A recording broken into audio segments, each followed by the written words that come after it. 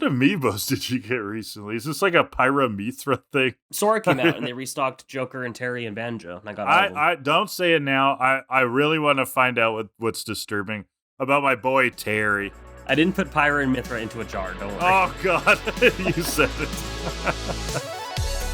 We're just going to go classic, folks. Welcome back to the podcast. We got To Kill A Delibird here, the anime rewatch podcast where we rewatch the original Pokemon anime and rip it apart and roll it around and throw it on the ground and then get a little bit tired and then take a nap and then have some coffee and then talk about it. I am Graham, the Pokemon talker watcher who does not know that much about Pokemon.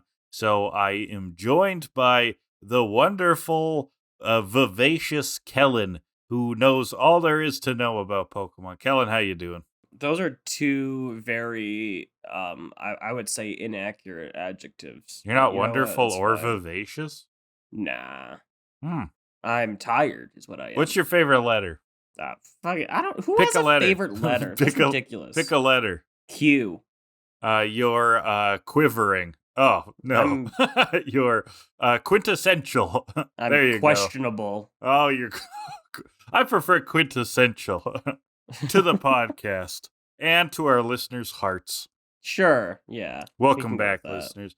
We got a real wild one for you today. That's all about rare resources. Can you say that 3 times? I certainly can't. Nope. Did you realize that, Kellan? These Pokemon episodes are both about resources and the role of resources in an economy or an ecosystem or, that sort of thing. Yeah, that's why we did them at the same time. That's totally it wasn't just a coincidence. Yeah.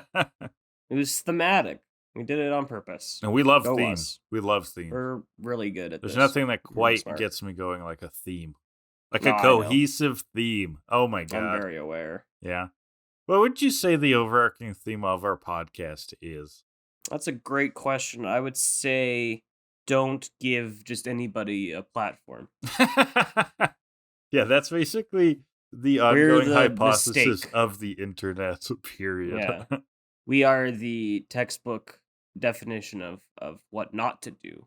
People you don't give a podcast to. That's us. Really? Because why do we need it? Yeah. Yeah, it's true. We don't need it. We don't deserve it. We have nothing good to say. But we do it honestly. We do it from the heart. And we do it every week. We do it consistently. Monday mornings. We show up, and that's part of the battle. Yeah. This is what, 61 straight weeks? We haven't missed a week at all? I think that's pretty good. I think that we're better than Elon Musk, and he owns one of the giant platforms. That's a very low bar. But he's the ruler. You know what I mean? The world is tipped upside down. Who is there to set an example anymore? If not us, Kellan. With our I thought you were going to say Elon, and I was like, I'm not going to follow Elon Musk's example. No, not Elon. Us. Yeah, okay, I'll follow my own example. To Kill A Delibird. Yeah. Much better than Elon Musk. Put that on a shirt. Yeah. If we ever get merch, that'll be it. TKAD, better than Elon. Better than Elon Musk. Well, Kellan, have you been playing anything lately? Let's do it. Let's catch up before we jump into the Pokemon. Honestly, just a shitload of balloons. Oh my God. Are you addicted? Yeah. I think so, yeah. That's cool. It's a good game for the serotonin, because the number goes up and the balloons get popped. And it makes the happy juice. There you go. That makes a lot of sense, actually. Yeah. And there's a lot of content, so... number goes up. Yeah. Yep, exactly. I still need to beat Mario RPG, though. I'm almost done that. Oh yeah, I got some updates.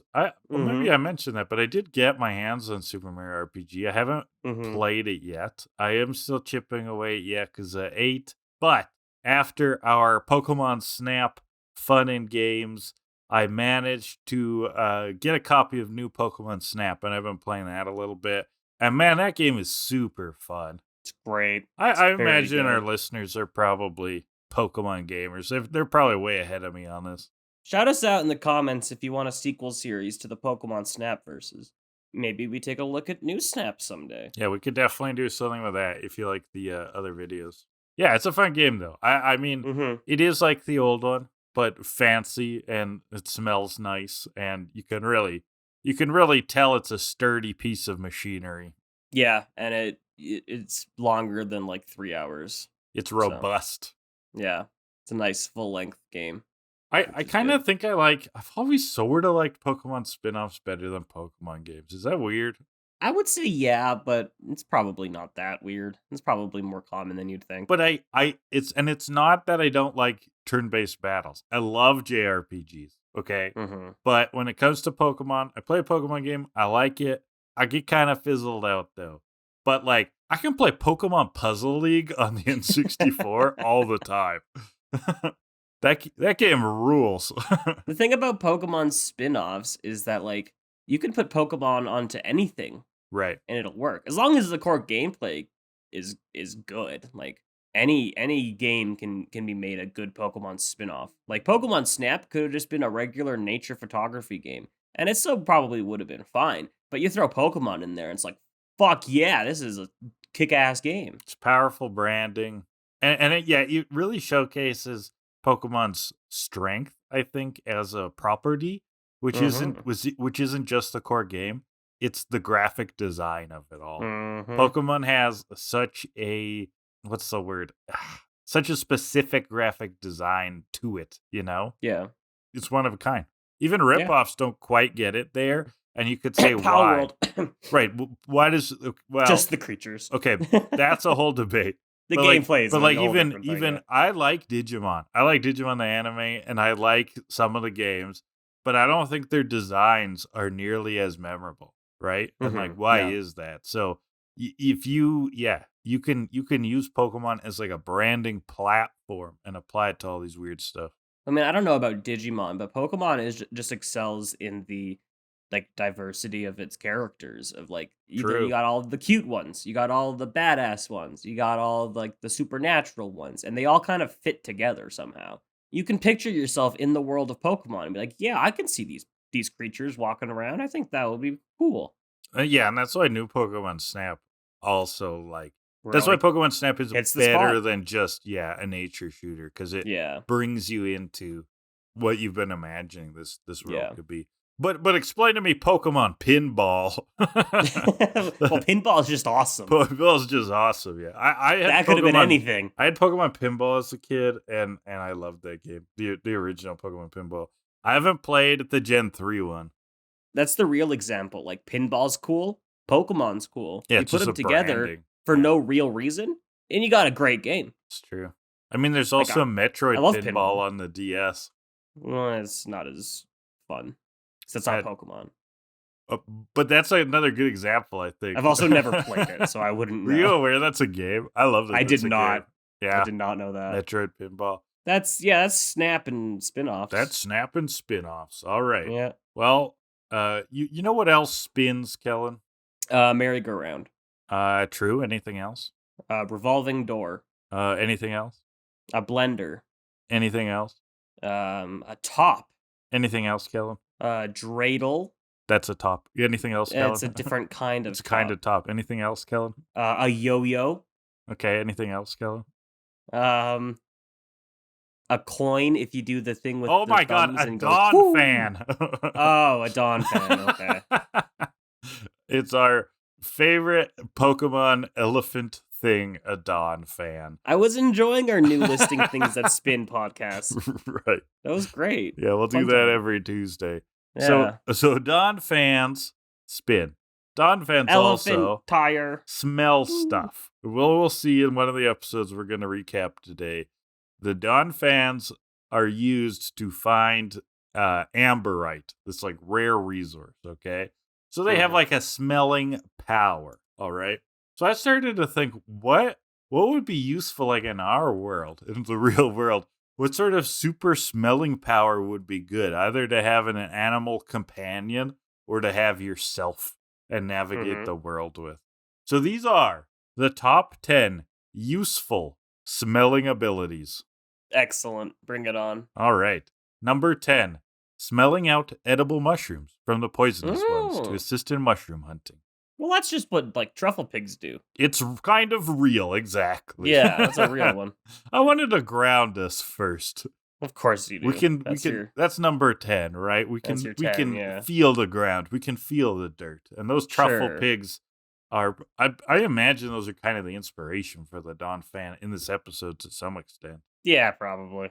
All right, number 9. You can smell cat pee with extremely precise locating abilities. I don't know if you've Gross. ever had a cat when you're like, I know it peed somewhere here, but I don't know exactly where, and this is horrible. Yeah, I remember when I was a child and we had 2 cats in the house, and every once in a while there would be a smell, and my parents sent me in up into the crawl space in my dad's workshop to see if the cat piss smell was coming from up in the crawl space. Oh my god. I hated that. It was not my favorite job. Go into this small, tight space Yeah. that may or may not smell like cat urine to confirm for us. Wow. Yeah. That's why people have kids, right? Yeah, exactly. Eventually they put a little wire mesh across that so the cats couldn't get up there. Smart. So Smart. it came like 4 or 5 trips in too late. Right. Before we realized, hey, we should just block it. You'd have been immersed in claustrophobic cat urine cacophony. Number 8. Number 8. All right. Smelling skunks, but less. Oh, yes. Yes. This power could actually be a reversey. Skunk's odor is horrible. This would be the enemy of the skunk. It's a really hot take on this podcast. Skunks smell bad. So it'd be useful not to smell them. Exactly. Yeah. Evolution. Number 7. All right. This one I think you'll appreciate. Have you ever been to the fridge and something is expired, but you're like, I don't really trust this expiry date. It kind of seems fine. Have you ever done that? Oh, yeah. Oh, yeah. Well, past that expiry date, though, I'm always like, what is the real expiry date, right? So what about the ability to smell expiry dates perfectly? Oh, to perfectly assess an item in your fridge and you know the real expiry date. I would love that. I smell milk like a week before its expiry date because I've had problems with it going bad early. Sure. Milk can go bad early for sure, yeah. So that would be great. That would be very practical, yeah. Yeah. I was thinking of you with that one. Aw. Well, I think you would like this next one, too. How about smell a deal? Okay, walk into a Walmart, take a sniff, you know exactly where the best rollbacks in the store are. That'd be good. I like that. The core ability to tell when savings are at hand. You walk in the door, just go, Ritzes are on 2 for 1. Yeah, exactly. To aisle 13. 6 packs of Gatorade? Oh, baby. For $2. What? What? There's Switch games in the bargain bin. Run. Number 5? Number 5. You can smell which streaming service a movie you want to watch is on. Fantastic. You ever sat down to watch a movie and you have to Google where in Canada can I watch this movie? Ridiculous. It's absurd. Then I check Netflix, then I check Disney Plus, and I get a friend's log into something else. Blah, blah, blah, blah, blah. Yeah. And Netflix is like, oh, you're not in your primary location. Shut the fuck up, Netflix. Yeah, why'd this get so goddamn hard? Nobody cares. Enter the super smelling ability to tell. You're the reason people pirate things. I can smell through the internet. Number 4. All right, we talk a lot on this podcast about whether things are funny or not, because we really like to point out when things are a joke. Well, what if you could smell the objective numerical value of a joke? When a joke is made, you just take a whiff? Oh, that's an 8 out of 10. That's such an ironic take from you because you're always the one that's like, I don't believe in objectivity. Blah, blah, blah, blah. Well, I don't think we have the way to tap into objectivity. We're blocked. We're cut out of the realm of the objective. We're behind our senses, which are purely subjective. But this new smelling power bridges objectivity and subjectivity in a new nasal power not seen before. Yeah, sure. That makes sense. Well, it doesn't. So let's go to something else that doesn't make sense. You could smell the release date of the Switch 2. All those games journalists want that right now. Yeah, that would be useful because then I would have to. Then I can figure out when I need to start saving more money. Yeah, you can budget. Yeah, you can tell, Yeah. okay, I won't buy games for a while here. Yeah. Yeah. I'll just wait for the port on the Switch 2, the HD remaster. That comes Yeah. out 2 years after the original Last of Us. Right. Wait for the Switch slightly bigger screen edition. Yeah, wait for Skyrim Switch 2 Edition Deluxe Anniversary. Deluxe anniversary. Now with Yeah. even more bugs. Not only are we not fixing them, we went back and made more. And Knuckles And Knuckles. with new funky mode. With new funky mode. There you go. Featuring Dante from the Devil May Cry series. Well, I got another one that would help your wallet, Kellan. Ooh. You Smell smell money. how the YouTube algorithm works. Oh, People are always complaining, how the fuck does that algorithm work? Well, now your sense of smell, which can go through the internet, can tell you exactly why videos are performing poorly or well. Yeah, I mean, it's a regular, 8 a.m. for me. I wake up, I check how the most recent short or video is doing, and I bitch about how I don't understand the algorithm. So that'd be great. Exactly. So that would put all of your qualms to rest. Yes, that'd be wonderful. And what would put the ultimate qualm that we all have collectively all the time, every day to rest? Number one, we can finally smell what The Rock is cooking. Finally. Oh my God. Oh, it's been a long trek for that one. We've been thinking of that since the 90s. What's the answer? What is he cooking? Finally, we can find out. Finally, you can find out with number one. Goodness. There's your smelling powers, folks. Excellent. All right, shall we talk Pokemon? Yeah, I would love to. I mean, I would like for The Rock to be in Pokemon so I could talk about both. But I think can we get Rock The Rock on the podcast? Be yeah, sweet. yeah. Hey, The Rock, we know you're a listener. Will you join? We won't treat you well. This won't be like your normal fancy appearances. It's pretty scuffed, and we won't even ask you good questions. Do you want to join? We'll make you download Audacity and send your audio to me via Google Drive. Yeah, and you can't, The Rock, you can't promote anything either. We actually want to know what your favorite anime is. The Rock, what's your favorite anime? Malcolm in the Middle. Oh, The Rock. Great choice. All right, let's talk Pokemon. Today we're looking at episode 121, a Sappy Ending, followed by episode 122, Roll On Pokemon. So let's jump into a Sappy Ending. So we're headed to Violet City. Forever. Yeah, we're in a forest. The scene is not as serene as it seems, a narrator says.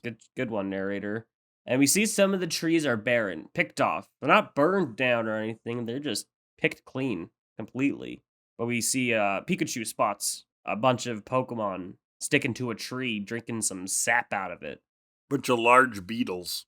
This is our featured Pokemon of the episode. It's Heracross. I love Heracross.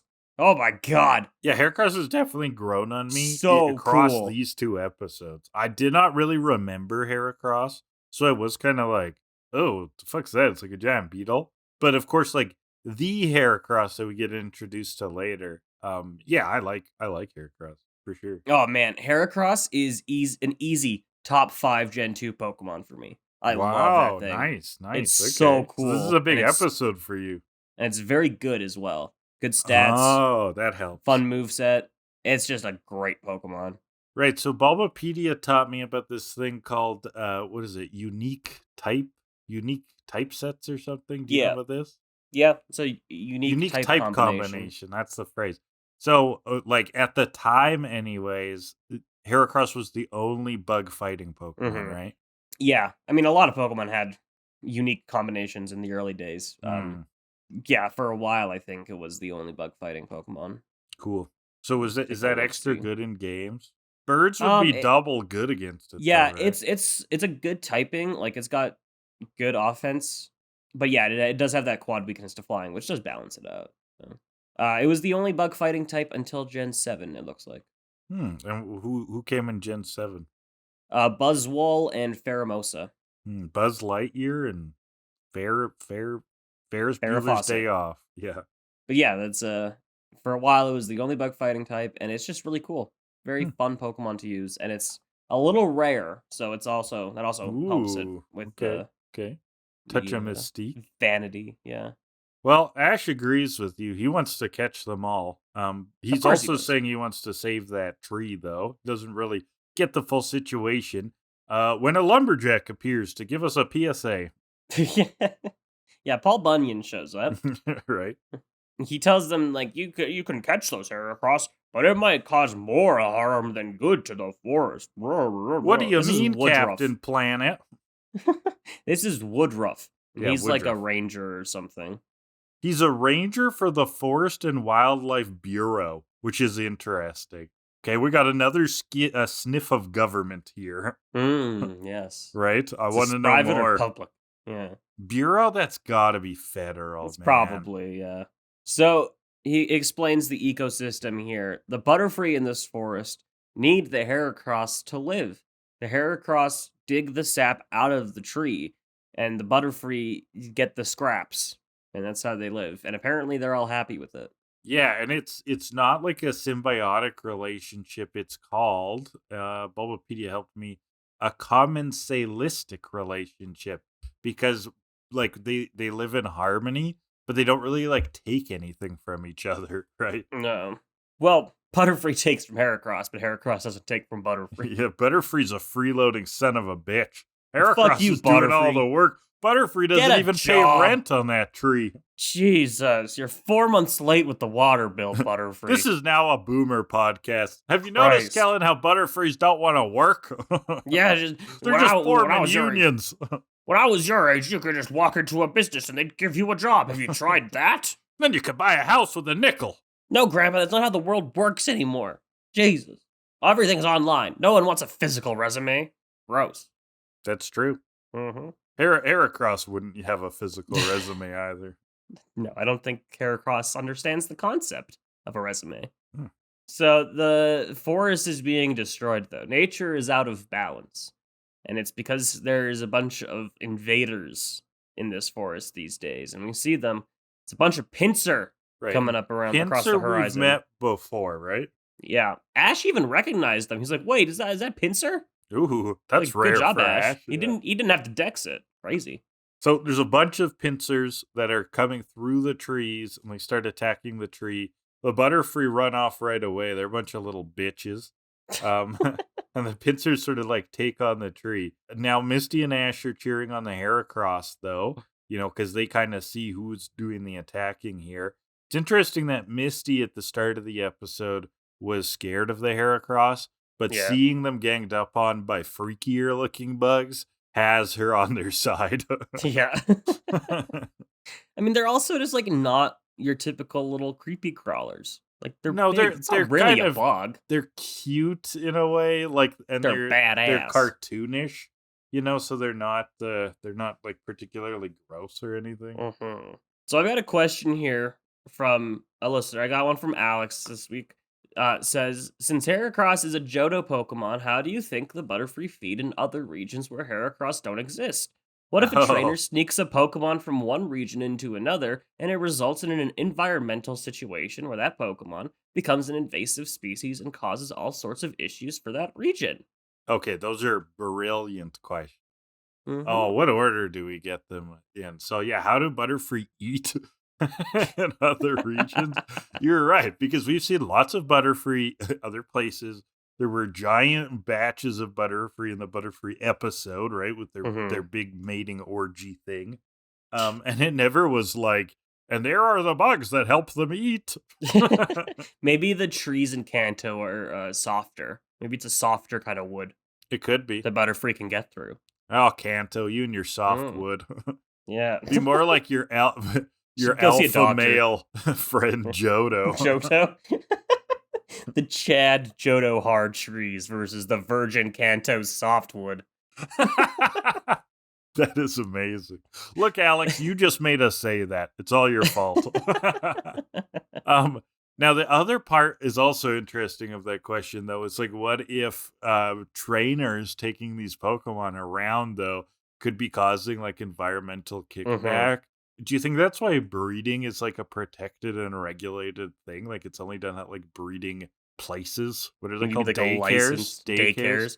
Well, Exactly. the daycare is really the only place that Pokemon get a little privacy. Ah. I don't think it's regulated. I think that's just the only place they feel comfortable having a good fuck. Oh, that's it? Yeah. So it's not that there's a risk of Pokemon, breeding and procreating and throwing off the ecosystem. This is controlled by the fact that they're very shy. Like Yeah. all the Pokemon are self-aware. They're not like dogs who are like, "Hey, look at my asshole. Let me lick yours. Let's have fun." Exactly. Yeah, exactly. They have like a lot of human decency. Yeah, PDAs. No one likes PDA, not even Pokemon. There you go. So, yeah. There you go. Good answers. Good answers from us this week. We're really smart. Did you just give the shittiest answer and then pat yourself on the back for it? Because I think that is amazing. I don't even know if it was an answer. Yeah. We're just like, where do Pokemon fuck? I don't know. Privately. Behind the daycare. Privately. No, I do wonder how they control that, though. Really, because you've basically got animals being taken all around the world by these trainers. We do have a Pokemon World example, and I think we've talked about this on the podcast. And Alex points it out in the email as well. Young Goose was brought into Alola to cull the Rattata population, but the Rattata caught on to what was going on, and they turned nocturnal and hid out in alleyways and became dark type and fat. Right. That's pretty cool. Yeah. So, I mean, that kind of answers the own question. It's not that they stopped that. Like, that actually happened. I don't think one Pokemon being brought in by one trainer would have... Like, I don't think Charizard's going to really One do much bullfrog brought to Australia in that Simpsons episode. I say that, but Charizard could easily start like a forest fire. So, oh yeah, but so could any fire type. So it doesn't. I don't think it matters. Yeah, fire types are fucked. And don't send them to the north. All the ice caps will melt. Yeah, we've already got problems with that. So let's not accelerate it. Anyway, let's keep going with the thing. Thank you for the question. So the Heracross go to attack the pincer, but then are immediately scared away like little babies. Yeah, they look like they're gonna be tough. They run away. Misty and Ash do that like blue sad animation thing. Yeah. Why'd they bug off? One Butterfree got left behind though, and one Heracross is left to defend it. And Pikachu cheers him on. It was cute. Go Pikachu, love that. So Ash goes to help with Bulbasaur. Vine whips to knock the pincer out of the tree. Pikachu thunderbolts them, knocks him back off the tree. It's just a cycle of that. Pincer gets back up though, lunges. Pikachu dodges, goes for the thunder attack, scares all of the pincer off. They go running away. Good job, Pikachu. Yeah. Now this lone Heracross is very happy, and in his happiness starts sucking on Bulbasaur's bulb. Yeah, little graphic for a children's cartoon. Very graphic. You're like, oh, Bulbasaur, oh my god. But in that scene, all I could think to myself was, ooh, there's the thumbnail for this week. Wow. It's just sucking on a Bulbasaur. Sucking on a down Bulbasaur. by the tree. Ooh, little oral action. Little oral B, am I right? B for Bulbasaur. Nailed it. Not sponsored. It's actually what that company's named after. But episode. I would be. So, yeah, Bulbasaur whips it off. He's not having it. I'm with you there, Bulbasaur. No, and Brock says there's no such thing as a free lunch. Misty says they're all suckered in. The Heracross is just hungry. Aren't we all? Oh, yeah. Circle of life. So, Woodrow Wilson, our lumberjack man, what was his name again? Woodruff. Paul Bunyan, yeah. Yeah, not Woodrow Wilson. That is a American president, World War I. Did you know that, Kellan? I knew the name. I would not have been able to place his timeline. He was a president from 1912 to 1918, I think. No, 1910 to 1918. Am I right? Americans. Fascinating. I don't know. I probably just fucked that up. I just tried to be smart and have a date, and I fucked it all up. This is important information. This is so weird. He was president from 1913 to 1921. Wow, those were different times back then. We don't need to, prove that we know specific years, because we absolutely know more U.S. presidents than your typical American knows Canadian prime ministers. So... Yeah, I don't blame them, though. The Canadian history is boring. Yeah. It is more boring than American history. I said it, and I'm a Canadian. Yeah, because, American history has Hamilton. And that's a really great show. Yeah, it's good. It's a really good musical, yeah. Yeah. It's got baller beats. We don't have Hamilton. No. We don't have a Hamilton. And a Hamilton about Canadian rap politics musical would be so boring. Yeah. It would be the soyest thing. Just building igloos and fighting on moose and stuff. It would be a whole mess. Yeah, that's our history. Very good. Yeah. Yeah. Good job perpetuating stereotypes, Kellan. Canadian stereotypes are the best stereotypes. We have the good ones. They are pretty wacky. A stereotype that we're all nice, like that's the best one. That's the best one. That's true. That's like, how could that ever be a harmful stereotype? That's a good stereotype, yeah. Until they start hunting down the nice people in the dead of night.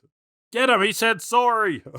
And I said nothing because I was not nice. Oh. And then they came for me and no one was left to speak for me. Oh, yes, that. Anyway, Woodrow. No, what the fuck is Woodruff. his name? Woodruff. Woodruff. Okay, so he also stereotypes the pincers. They'll be back. They have a taste for blood. I mean, sap. But he explains it now. The pincer and the Heracross have their own separate forests, but something's been driving the pincer out of the woods and into the Heracross's forest. And he has never thought to go fucking look at what the problem is. Something's happening. It's probably over there. Anywho, nothing we can do about that. Now that the miners are here, though, he'll go investigate. Good thing you dumb kids came along. I can use you as bait. Well, and they volunteer. So Brock and Ash want to help. Misty's a little skeptical, but she's coming along. Yeah. So they head into the forest. Bulbasaur's razor leafing the undergrowth. Cool. That lone Heracross from before is following from before. Misty calls him the Nectar Protector. But Bulbasaur is still salty. He remembers getting his bulb sucked. So he's shooting leaves at him. He's like, keep your mouth away from me. Yeah. That was a non-consensual bulb suck. Heracross needs to take a course. Oh, yeah. He needs more than a course. Yeah. Talk to HR, Heracross. A solid fine. I don't know. We'll process you in the court system.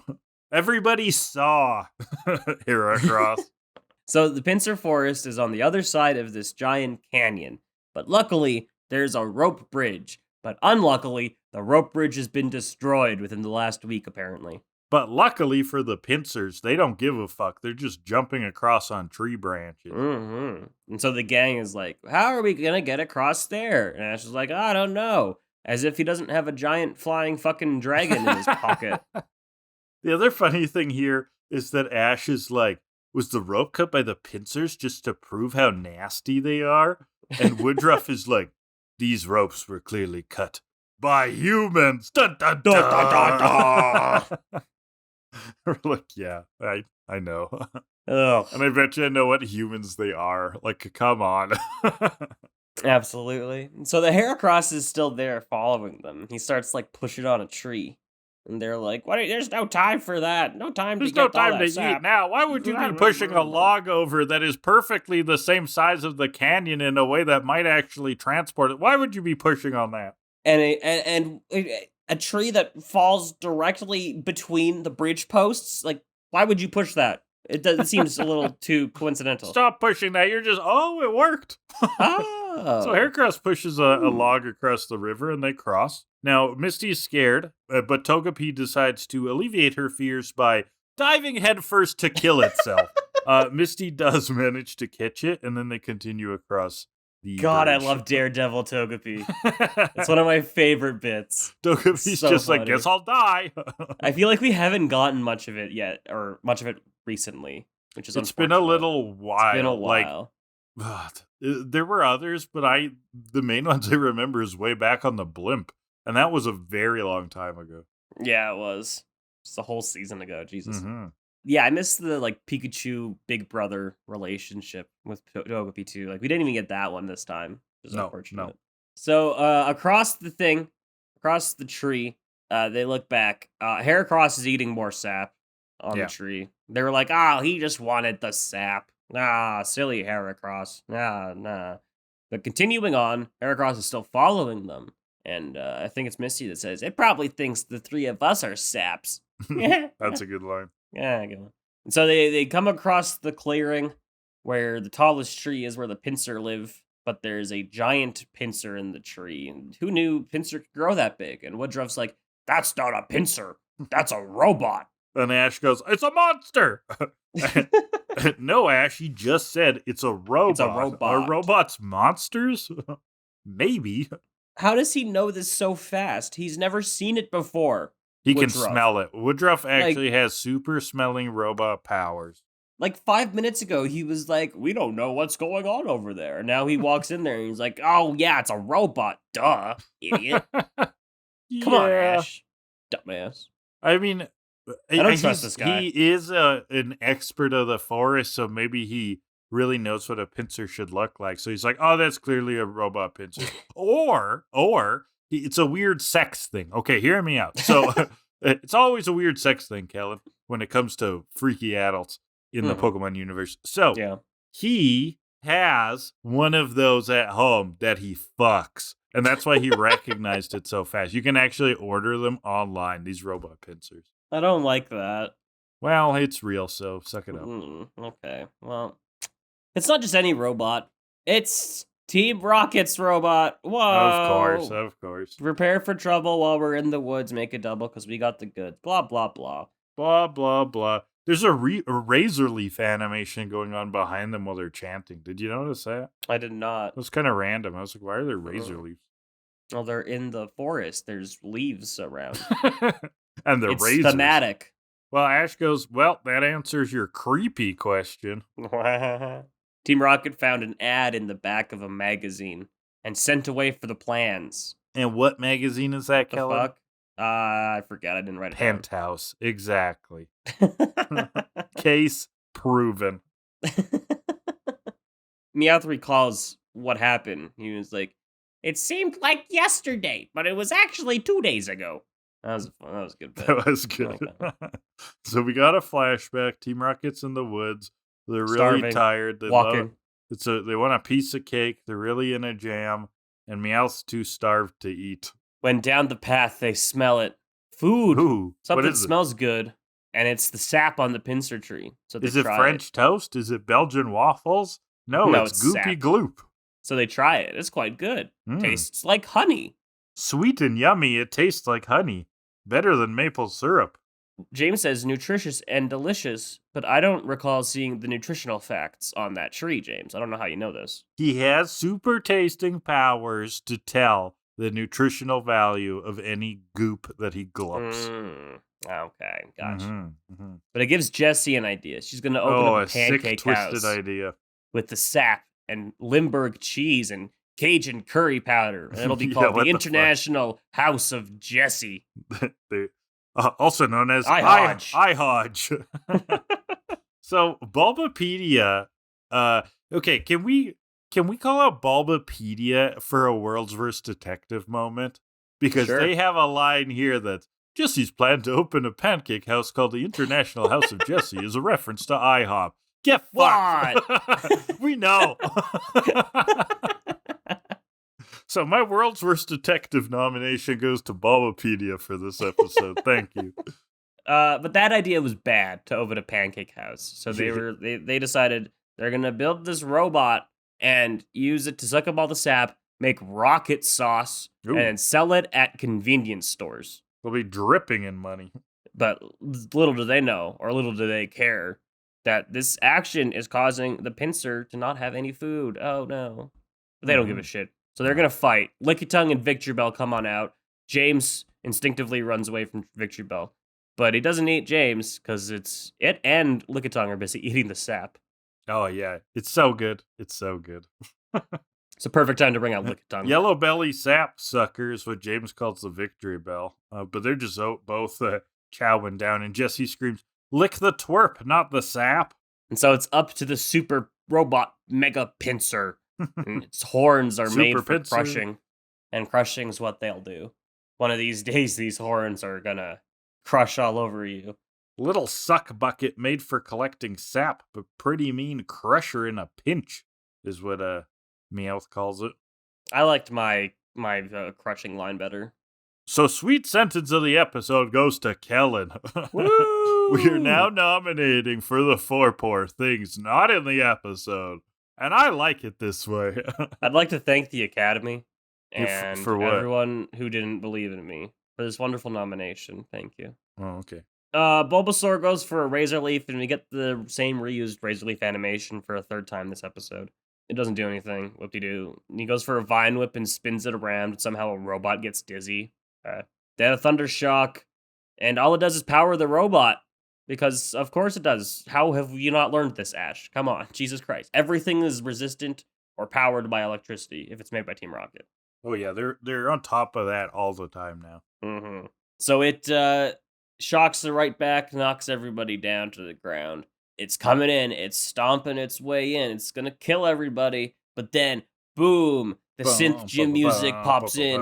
Heracross stops it in its tracks. And a good old-fashioned sumo match, which is pretty sick, actually. It's pretty great. Robot Pinsir pushes Heracross back. He can't get his ground, but he's able to find his ground and push Robot Pinsir back too, and they're at a standstill.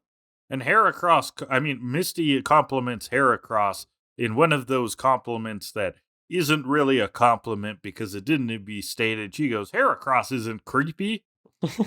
When you call things not creepy, it kind of makes me think that you think they're creepy. Just a touch, just a little bit, yeah.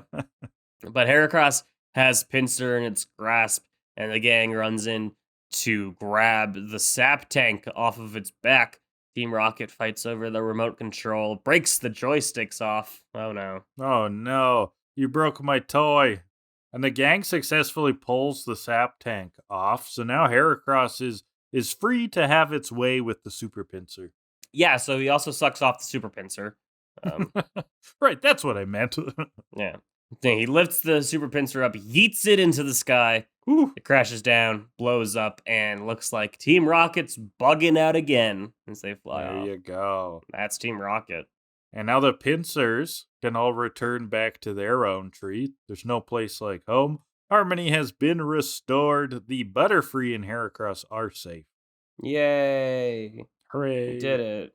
And so the gang thank the Heracross and say goodbye to Woodruff. Not at sunset, though, which is crazy. Not yet. Wild stuff. We broke a rule. We broke a cardinal Pokemon rule. And they head back off. But later on the path, Pikachu looks behind him. And what's that? Heracross has followed them out of the forest. He doesn't want to stay there. He wants to go with Ash on his journey. And so Ash throws the ball, catches a Heracross. Heracross chose me. And this, Ash, is a catch I wholeheartedly approve of. I just love Heracross. No, that's the episode. That is a good one. All right, so let's get to Literary Hour, where I compare this to a piece of literature. And I had one on, and then halfway through while we were talking, I was like, you know what? I thought of a different one, okay? And it's not exactly a piece of literature, it's a real event, but there are very good podcasts and books and stuff written about this event. Have you ever heard, Kellan, of the Great Canadian Maple Syrup Heist? That sounds familiar. So it was in 2011 and 2012. It was over multiple years. In Quebec, I believe, there was like a giant reserve. And how Quebec works is they have like a board that controls like the buying and selling of maple syrup. Okay. Yeah, Quebec is weird. So they will. Well, there used to be the Canadian Wheat Board in the West. That doesn't exist anymore. This is similar to that. Okay. So they would control the amounts that would be sold every year to basically control prices. And if there was extra maple syrup one year, it get kept in this like reserve in these like warehouses. All right. Because of those restrictions, though, there were actually black markets for maple syrup in places like Vermont and New Brunswick. Okay.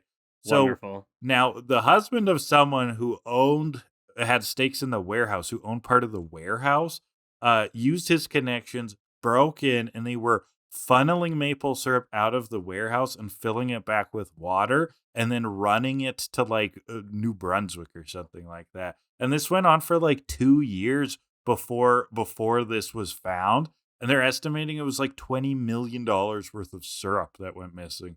Incredible. Isn't that crazy? The people deserve syrup. Well, it was definitely theft, but yeah. No, the people deserve syrup. They need it. It's a God-given right. So that was much like what Team Rocket was trying to do, right? Yes. In a way, yeah. In a way. Need that rocket sauce. Oh, yeah. That'd be a hit. Shall we rate? All right, so this is the 4-pour, the plastic ping pong picture of objective ranking. We're going to pull 2 categories at random from Kellan's Bucket of Balls. We're going to rank the episode based on those categories. What are you going to pull for us today, Kellan? The first category we're going to pull for today is the Team Rocket motto. Okay, it's pretty weak one. Fairly standard. We get the razor leaf in the background, and there's a slight augmentation. Yeah, we're in the woods. Prepare for trouble while we're in the woods. Make it double because we got the goods. It's lame. That's it. It's pretty lame, yeah. 2.5. Yeah, it's 3.2. There weren't any clever costumes. There weren't any, theatrics. Yeah, pretty cheap. That's 2.85. Sometimes they're just like, yeah, Team Rocket says it's like, and sometimes I don't mind that. Sometimes I'm just like, okay, it gives me time to breathe. But we can't reward that. Sorry. No. So 2.85 for Team Rocket motto. Quick, easy discussion. Second category is sweet sentences. Well, I already gave that to you, Kellan. Oh, I did, yes. And what did you say again? These pincers were made for pincing all over you or something like that? Yeah, the pincers were made for crushing, and that's just what they'll do. One of these days, these horns are going to crush all over you. Well, that's a pretty good sentence. I'll give it a 7. Sentence. Yeah. Do you want me to actually pull some from the episode? Well, let's see what the episode has. We got stupid stick in stuck when Meowth is getting mad at the controls. Heracross isn't creepy for some reason. I kind of like that. Yellow belly sapsucker. A little suck bucket made for collecting sap, but pretty mean crushers in a pinch. That's actually quite a good one. Yeah. Put his pedals to the metal, Meowth says, talking about Bulbasaur's razor leaf. That's actually quite a good one, too. Crush it like a bug. Cut these saplings down to size. I actually don't mind some of these. This answers your creepy question. Team Rocket, when they're hungry, piece of cake and a jam. Look at that goopy gloop. Sweet and yummy, it tastes like honey, better than maple syrup. International House of Jesse. Rocket sauce. Nectar protector. You had better than maple syrup written down as a sweet sentence? I mean, if they found something better than maple syrup, really? I want to find out. You know what I'm saying? I feel like your bar is a little low this episode. Better than maple syrup. No, I like how that sounds. Yeah, you're crazy. I've never described something as better than maple syrup. Have you? I mean, I've never described a lot of things as better than other things. It's just not a thing I keep track of. Oh, here's an actual good one. Seen not as serene as it seems. There you go. That's a solid one. These aren't bad. I'm still gonna stick with my 7. 7. I'm not as high there. Rather take flight versus stick around and fight is what Woodruff says about the Heracross being peaceful. I'm gonna go 5.3. You're also rating your little song there. Yeah, that's the 5. Ah. Yeah. So that's a 6.15 for sweet sentences, 4.5 overall for a sappy ending. Let's jump into episode 122. Roll on, Pokemon! And remind me, Kellan, what are things that spin? Tops. And dreidels. Yo-yos. Dreidels. That's it. Optic drives. Yeah, merry-go-rounds. Those are all of them. Synchrotrons. And Donphans! Roll on, Pokemon! You know what you forgot to do this week, Kellan? You forgot to say the names of the episodes in Japanese. This is called The Valley of Donphan! ! Nothing special. So we're still bound for Violet City, and I think I've realized why the filler annoyed me so much as a kid. Not only because I wanted the progress, but they open every single episode with Ash and the gang are headed to Violet City, and they end every episode with Ash and the gang continue their adventure to Violet City. And so every episode, it sounds like they're gonna get to Violet City next time. Yeah, no, I can see that being really that didn't frustrating. happen. Yeah. It almost makes all of this time in between be so interchangeable too, right? Like it's not painting a coherent vision of a journey. And it's not like these episodes are bad. Some of them are quite good, but it's like it's got this carrot on the stick of progress that's completely an illusion. Anyway, so we're going to Violet City, bound for it. but the road ahead is bound for some ups and downs. Wow, good one, Whoa, narrator. good Thank one. you. It's a beautiful valley that we're in now today, and suddenly rock falls. Uh-oh, big rock slides. Ooh, the valley's shaking. And we see Team Rocket. They're up on a cliff, and then they fall to their doom because of the rock slides. They hate But they rocks land in that some roll. vines. Meow says, I wouldn't mind if it was soft rock. It's kind of good. And then the cliff breaks, and they fall into some vines. Where Yeah. Meowth says, it's nice hanging out together. Perfect. And then a giant rock goes to follow them, and all we get is, looks like thud. Boom. So yeah, they're dead. They're totally, completely dead this time. All right, I'd like to give Team Rocket's chant there a 10 out of 10 for them dying. So we're back to the gang. Behind a bush, we look, what is that? Oh, it's a Donphan. And here we have, it's Donphan, a tire elephant. Yeah, and we what it is. met the Donphan in the Pokemon the First movie. That was a Johto kind of teaser. Mm-hmm. And yeah, I remember that being a big deal. Look at that fucking tire elephant. Well, it's like going to be in the new game. Holy shit. So yeah, it's an elephant that has like treads on its back and it can like roll as a ball. Kind of cool. Kind of cool. Yeah, it's neat. The Pokedex says that the horns on Donphan can indicate its level, to which I say, bullshit. Really? Well, yeah, they don't ever. The size of the horns indicate a Donphan's gender.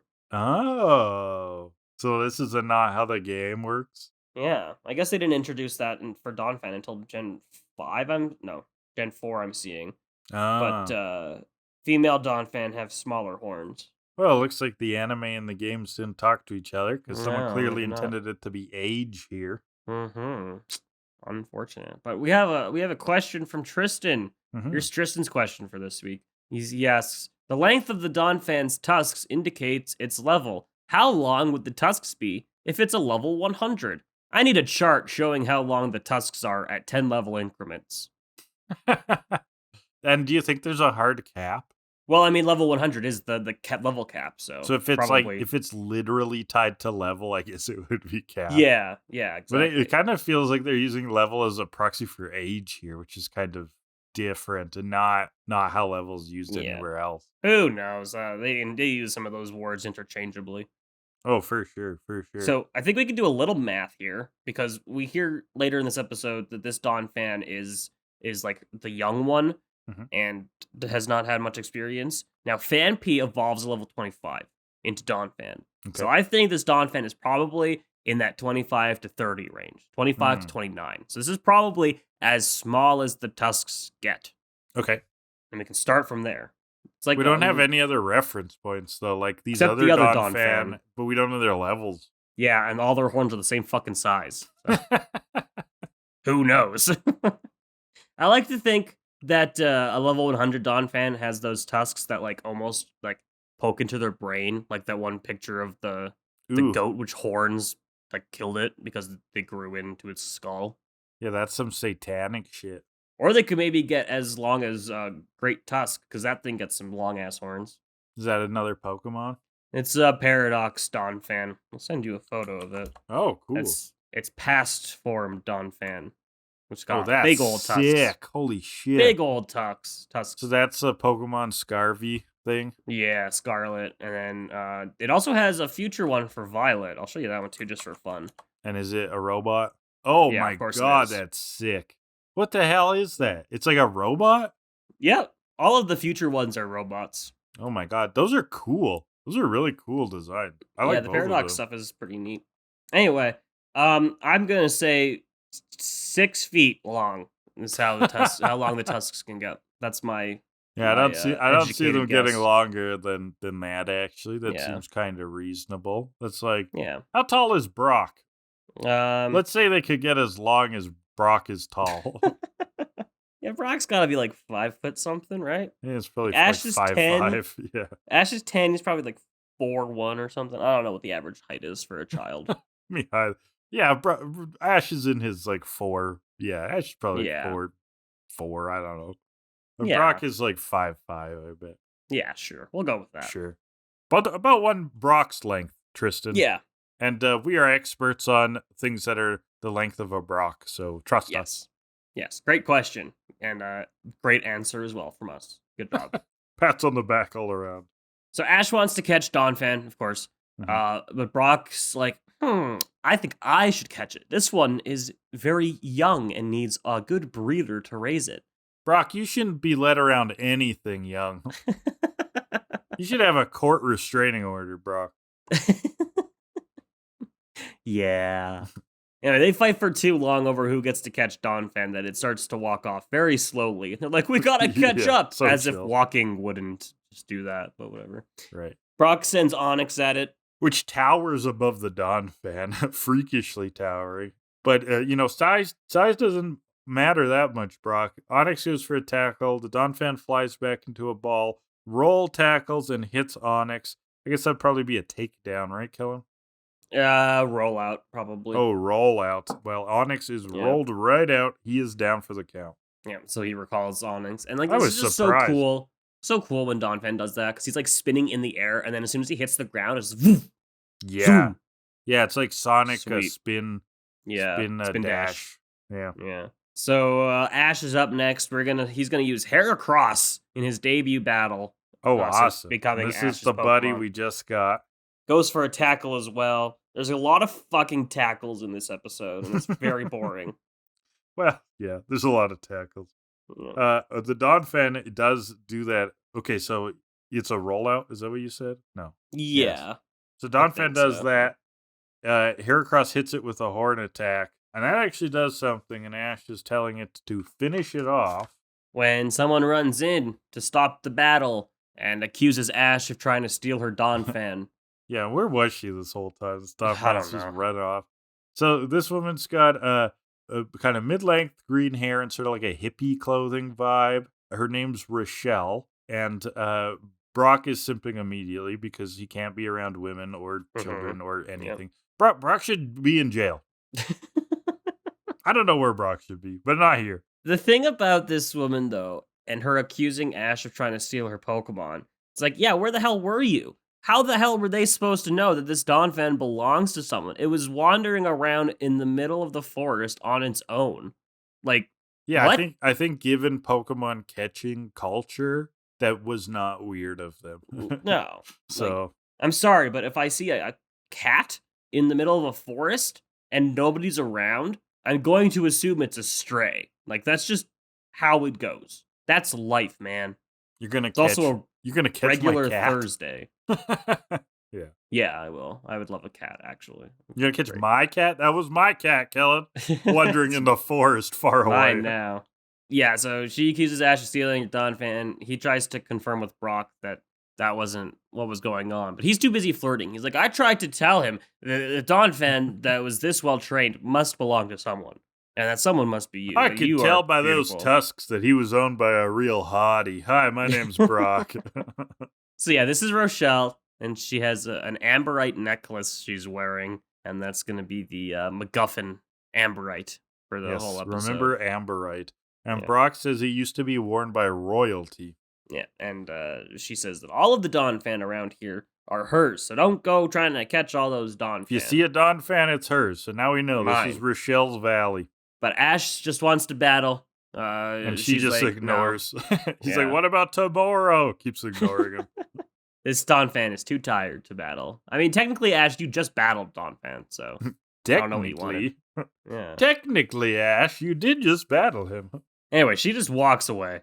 Yeah. She leaves. Brock's totally smitten. He's like, what a gem. Absolutely priceless. And Ash goes, More it's just a words. rock. Yeah, Misty's like, I think he's talking about Rochelle. And then Pikachu sighs, which was Yeah. wonderful. Pikachu basically says, womp womp. Pikachu looks in the camera and does that that arm shrug, like, Yeah, exactly. oh, Like, Ash. He does like the Jim face Yeah. from The Office. So back to Team Rocket. They're alive somehow, Mm-hmm. and they're in these orange jumpsuits, digging gear in order to not be suspicious with them digging around for Amberite, trying to get rich. Jessie fantasizes about being a queen with all the Amberite. A gemstone so dazzlingly exquisite, it's fit for a queen. And then Jessie does that rich girl laugh, which I like. Exactly. Nailed it. But in her little fantasy sequence, I did notice that she had 2 little statues behind her throne of Arbok and Lickitung. I just thought that was a nice touch. That is a nice touch. Yeah. I didn't notice that. Very cool. Wow. You need to open your eyes, Graham. Jesus. I was writing down the sentence. Remember, you use your eyes, I use my ears. That's the deal. Okay. So, luckily, Meowth overheard the secret when they were at a very convenient rest stop earlier. How to find Amberite. Because he overheard one guy showing off to another guy. And this guy was like, hey, I found this Amberite. You need a Donphan to get it. Donphan knows how to find Amberite. And Amberite is expensive and will make you money, Meowth. Yeah, have you ever heard someone talk with underlined words? Because that is what was going on. Bolded, italicized, the whole shebang. Right. Then we go back to Rochelle. She's training that Donphan, the young one, to sniff out Amberite when Team Rocket ambushes her with fireworks? They start off just by blasting. They're like, let's celebrate Why? with fireworks. I did not get that. And then they Me go, neither. let's see if this fire works. I think they were just setting up a bad pun. Because then they fire a net and catch the Donphan carried away in a balloon. I do not know what the fuck the fireworks were for other than setting up that bad pun. I also do not know where that balloon came from. They shot the net and then they were in the balloon. It was like frame, instant frame. Yeah. So in the valley, they're trying to get the Donphan to find Amberite. It must be a few minutes later. James is like, we need to treat it nicely. Maybe it'll find the Amberite then. So he gives it a snack. And this is where I noted that the Donphan sounds in this episode sound like Funky Kong from Mario Kart. Okay. They sound like Funky. They sound like Funky Kong? Yeah. Like Dewey. Is Funky Kong in Mario Kart 8, right? Yeah. Okay. I'm thinking specifically his Mario Kart Wii sounds, though. Funky Kong's in Mario Kart Wii? Yeah, he's like really hard to unlock. Wow. Yeah. But he's like, Wii. Oh. That actually is what the Donphan sound like. Yeah, it's horrible. I agree. Yeah. I really loved the sounds where you could just listen to it and you think to yourself, oh yeah, that is just a guy in the recording booth making noises. Those noises. Like Pikachu, that's good voice acting. Excellent voice acting, pitch is right, it's beautiful. Then you get Donphan that's just like, hey! I thought you were suggesting that Funky Kong himself did the voice acting for for Donphan. Wow, they got Funky Kong? That's amazing. Yeah, sure, we can go with that. I mean, let's go funny. With that. Yeah. Anyway, Donphan makes some great noises in this episode. Love it. Rochelle is looking for Donphan, though, when she comes across the gang, and she's like, oh, Misty, even though, excuse you, miss, they never introduced themselves to you. How do you know their names? She just looks like a Misty. Only Brock said his name to her. Rochelle actually played Pokemon Blue, so she knows all about those two. Oh, yeah, for sure. Of course, Brock, though, thinks that makes it all about him. Can't stay away from him, yeah. Misty tugs him away by his ear. She says, get real, and he goes, I'm real. But she tells the gang about the whole Donphan thing. Someone took it. Ash was like, who took it? And she was like, some guy, some girl, and a talking Meowth. I feel like you should lead with the talking Meowth every time. Like, no one's phased by that thing anymore. It's like when someone tells you a really mundane story, and then at the end, they're just like, oh, and by the way, someone was like hit by a car. And you're like, what? Why did you start with that? I listened to you for 10 minutes talk about getting a milk for sale. And that's the story of how I won the lottery. What the fuck? You have $400 million? Yeah, exactly. You just told me about the goddamn butt surgery for 20 minutes that I didn't need to hear about. I don't care about your Brazilian butt lift. They know it's Team Rocket now, whatever, whoop-de-doo. We go back to Team Rocket, and Donphan's loving the shrub grub, as James put it. Do-wee. So how about some Amberite for dessert? Could you get us some? Are you full and ready to find Amberite? And Donphan starts walking off. So, what's going on? Is he getting ready to dig? And we get some nice sentences. We'll get dirty digging. We'll be filthy rich. Faster we dig in, quicker we clean up. And they start digging. Mm-hmm. And then we go back to the gang. Brock had Zubat trying to find him, but his supersonic wasn't working because there's too many trees for the sound to So bounce off or something. this kind of hammered home this idea you were saying about how they tried to kind of tease out Tracy as like a Brock replacement, right?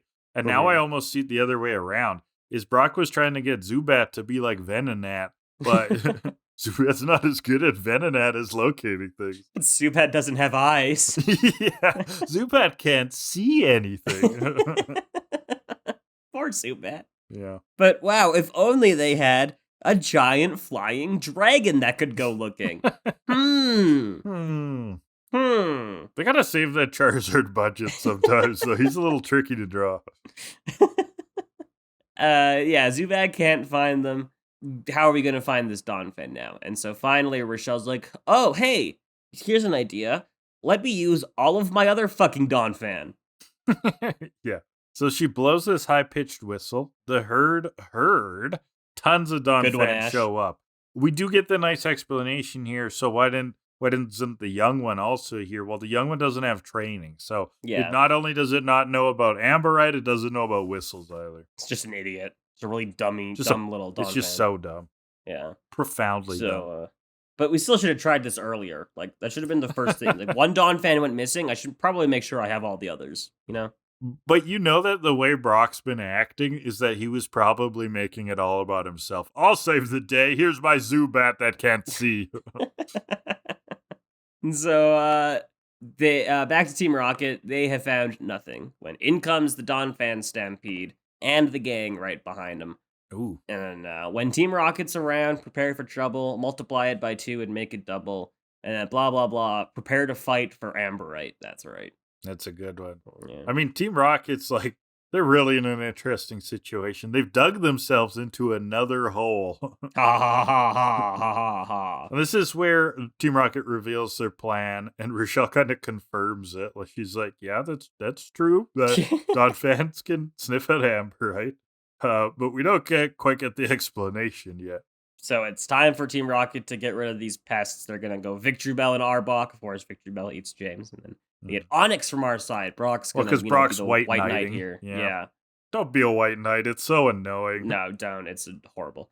Victory Bell goes for a wrap. Onyx goes binds up Victory Bell. And then, oh, look at that. Sleep powder. Onyx is out. OP. What do you always say, Kellan? Yep. Ban it.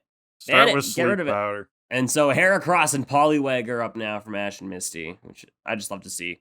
Heracross and also we haven't really seen Poliwag in a battle. No, not much. Have we? No. Squash that squirt and mug that bug. James Double says. slap. And then bubble. And that's enough to take out Victory Bell somehow. Bubble hardly ever does Bubble. anything. But Bubble took down a grass Pokemon. Okay. So Heracross goes for a tackle. Boo. Boring. But it tackles Arbok into next fucking century. And then Horn Attack launches all of them into the balloon. Pikachu thunderbolts it, pops it, and they go blasting off again. Just like every other day, we're getting blown away. And then Rochelle and Donphan are reunited, and we get another great Donphan line. Do-wah, do-wah, do-wah. And Donphan is really happy because Rochelle has fallen in love with Pikachu. Brock falls over. This was actually kind of funny because it was funny. Yeah. When Rochelle is being like, yeah, I need to thank everybody, but especially Brock is doing the whole thing like me, pointing at himself. Me, it's me. Yeah. But no, it's Pikachu. Pikachu is the MVP here, of course. Yeah, Brock is like almost like hovering off the ground, doing that like cartoon cat smells an apple pie kind of thing. And so she explains the obvious here. This Donphan hadn't been trained yet to find Amberite, so I couldn't find any. Whoop-de-doo. And so she gives the gang a demonstration on how to find Amberite. Grabs one of the old Donphan, gives it the scent of the Amberite, and so Donphan promptly throws himself headfirst into a cliff. That's exactly what happens. I can confirm. Rochelle's like, hey, Donnie, get a whiff of this. And Donnie does get a whiff of this all the way into the wall. So he's banging on the wall, smack, smack, smack, shutter, shutter, shutter. Amberite just falls out. just like perfect chunk of Amberite. One chunk of the cliff breaks off. And what's that? Oh, it's Amberite. So not only can he smell out the Amberite, he has some sort of like precise seismic vibration magic, which Yeah. can dislodge minerals perfectly. Mm-hmm. Yeah. Makes sense to me. I mean, I don't know what else you would need to know about that. No, it makes perfect sense. It all adds up. The economics are explained here. It's sold to nearby artists and craftspeople. They fashion them into jewelry. Very nice. So Rochelle's got a flourishing little business in the valley. I do like the world building. I do appreciate I love that. I love those touches, yeah. And so Rochelle is like, what could I ever do to thank you? And so Ash, light bulb goes off. He's like, oh, battle me. What could you do to thank you? Kill me. Just murder me. Step on me. Well, it's not going to step on Ash, but Donphan is going to step on Heracross. So we get Heracross used again in this episode. I think your thing about Charizard being difficult to draw is kind of accurate. And they try to reuse the same Pokemon. Yeah, they try to reuse. Yeah, for sure. So it's Donphan versus Heracross. Not just any Donphan, the oldest one. Ash is like, I want you to use that one. Use that one. His name's Donnie. He's from the Bronx.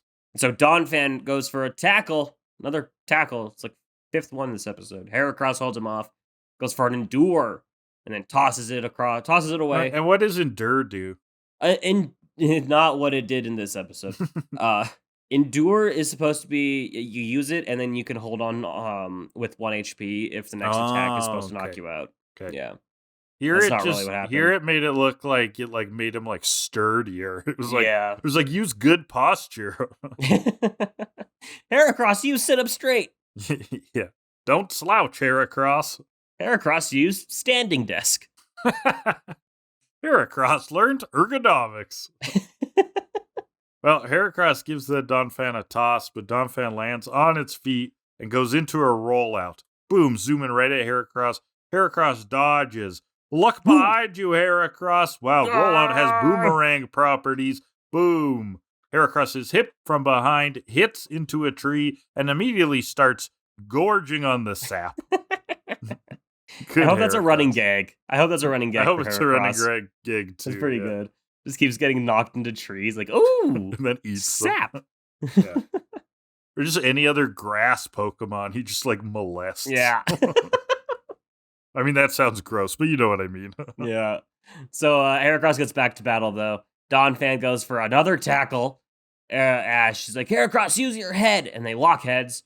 Heracross launches Donphan, but he turns it into a mid-air rollout and tackles Heracross again into the air. Heracross is down and out. Oof. And then we get a bunch of sappy music as Rochelle is like, don't worry, Ash. Your Heracross is still young. As you bond and train with it, it'll get better. Woohoo. Yeah, basically the participation trophy moment. Yeah. They're they just all praise Heracross. But it's true. I mean, Heracross is new to the gang, and he did a great job. So, yeah, he deserves praise. I mean, he almost knocked out the first one. So. Oh, yeah, he did great. It's probably more his level. So, yeah. Okay. So, look at this. Would you guess where we are now? We're at sunset. Look at that. Incredible. Sunrise? We're at sunrise? No, sunrise. Sunset. You nailed sunset. It. Sunrise. Sunset. I don't know that. They're saying goodbye. Song. They're saying goodbye. That's your problem. They're saying goodbye to Rochelle. Brock is sobbing, which I thought was actually kind of funny. He's so ridiculous. They say goodbye, and the gang's walking off. Brock is still sobbing, and Misty's just pulling him by his ear. Yeah, I like the Misty pulling him by his ear everywhere. It is very good. And that is the episode. All right. So, literary hour. We talked already about these truffle-sniffing pigs. I had troubles focusing in on a really clean reference. I have, multiple tropes I was thinking about, and one is, of the rustler from TV tropes. So this is a common thing in westerns where someone is trying to steal a gang of cattle. That's sort of what the Team Rocket bit sort of kind of feels like. So this would be stuff from a lot of Louis L'Amour novels, but then countless other westerns. Louis L'Amour is the author I'm more familiar with. And then the other one is of powerful smells powers. So this is what I was talking about with our opening bit. But this trope is called the nose knows, which is this trope of certain characters that have the ability to smell the certain things really well.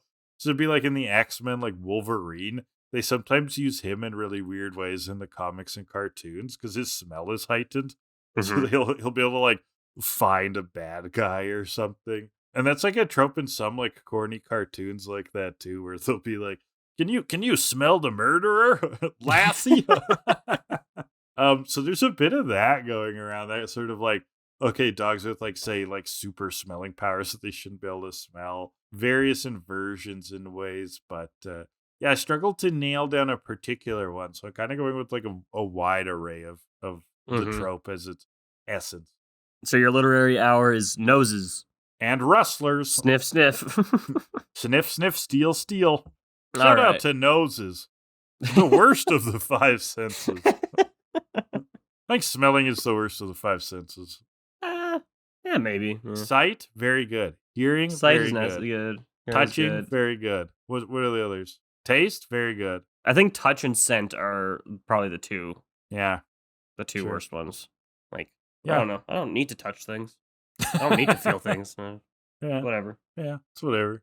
I kind of like that with smells. So yeah, whatever. Yeah. Anyway, let's But rate it. but the other three, they're a big deal. Yeah, they're very helpful, I must say. Yeah. All right, first category. Speaking of smelling things, it's the perceived smell of the episode. Well, that's Look at that. interesting because there's Look at that. different ways to tackle this. Now, the perceived like experience of smell, if I was there, is one thing. But this Dirt. episode, yeah, dirt, valley. Yeah. I don't think Donphan smell that well. But you know, there is something about No, being they smell outside. very well. They just don't smell good. Oh, yeah, you're right. I mixed them up. I apologize for that grammatical You intrusion. Yeah. My dad will have your head. Oh, he'll have my head for something, I'm sure. Mm-hmm. Yeah, but that begs the question then. Okay, so how is it called a perceived smell? Because Mhm. smelling perception is off the charts in this episode. Well, only for the Donphan. I don't think But only for the we Donphan. can't smell Do I amberite. get to be a Dawn fan? No, you get to be you. How do you think the episode smells? Oh, it just smells fine then. Yeah. For a smell-themed episode, Yeah. it's just okay. It's Yeah. kind of regular. Like, we've been in these valleys a lot. Yeah. I'm going straight 5. I'm going straight 5 as well. There's nothing, like, above or below, Yeah. really, to differentiate it. It's not a It's good good, scent, not a but- bad scent. Yeah, but we're not, you know, there isn't anything particularly sensual beyond the fact that we're alluded to a sensory experience from the Donphan, which we are unpermitted to experience ourselves. Mm-hmm. Aptly put. Thank you. Category number 2 will be, whatever will constitute giving this episode a 10. We're adding a new pay it forward category. Okay. Wow. This is a real tricky one. Okay. We get some creative So, freedom here. Let's think about stuff that we've done in the past when we've pulled this one is crab combat. We've had crab combat and literal cult behavior. So what can we add here? I don't want to go with smelling things. That's boring. We need It is boring. we need something more specific. It's like tracking down resources, something with elephants. Appendage measurement. Or what about like rotations?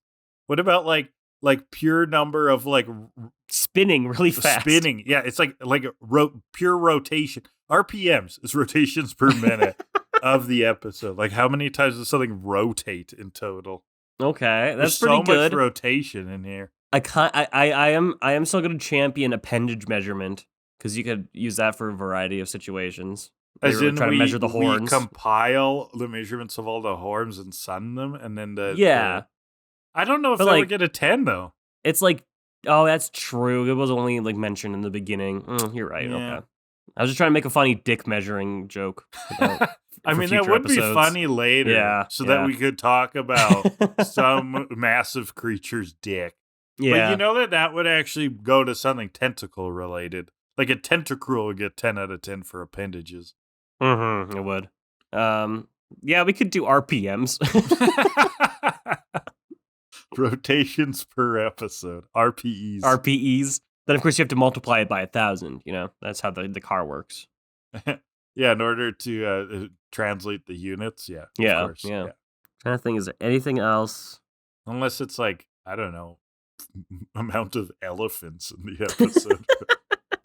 But like, I don't know, that's kind of boring. Nah, it's a little. I think RPEs could generalize in a weird way, because now we'll have to be like, what rotated in the episode?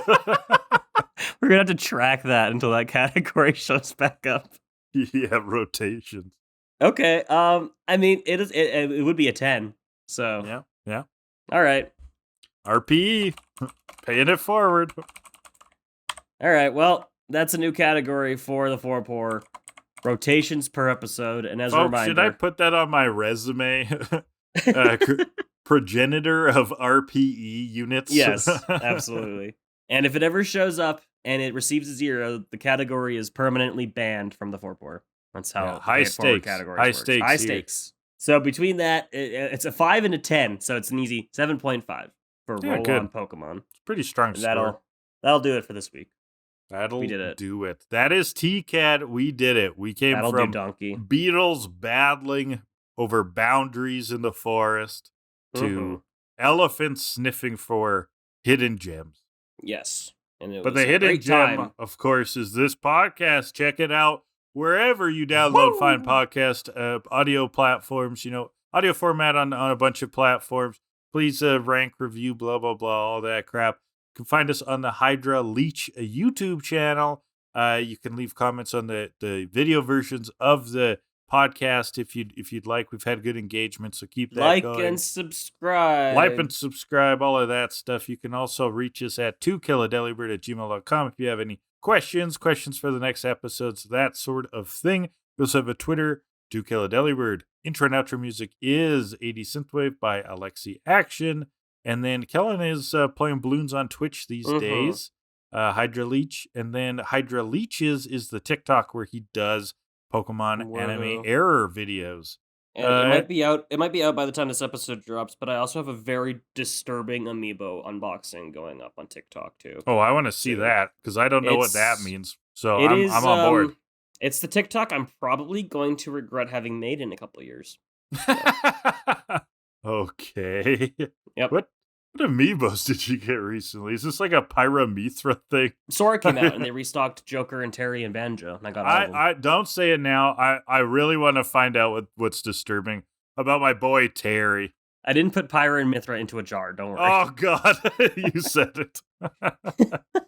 Yeah. Also, if you're not on YouTube, make sure you head to YouTube to check out the Pokemon Snap 3-person versus that's going up. Yeah, episode 1. Well, by the time this is out, 2 episodes should be out. Should be, and then I'm going to try to hit it a 2 per week schedule. Oh, cool. Going forward. So that's trucking along. Otherwise, you want to know what we're doing next week? Yes, I would like to know. Next week, it's 2 more episodes. It's episode 123, Illusion Confusion, or in Japanese, Ho-Ho and the Mysterious Forest! ! So Ho-Oh, but not Ho-Ho. Ho-Ho. Ho-Ho, yeah. Japanese name of Hoot-Hoot. Hoot-Hoot, yeah. Followed by episode 124, Flower Power, or Japanese, Kira Yohana's Battle Dancing! ! Nice, nice, nice. So that's next week. Okay, sounds good. Okay. Thanks everyone for listening. We've got stuff to do. Yeah, we have lives. That's a lie. I don't. But Graham does. I don't. I'm gonna have some chips or something and then go to bed. Yeah, me too. Woo! That's life, baby. That's the life, baby. Let's go. Life, baby.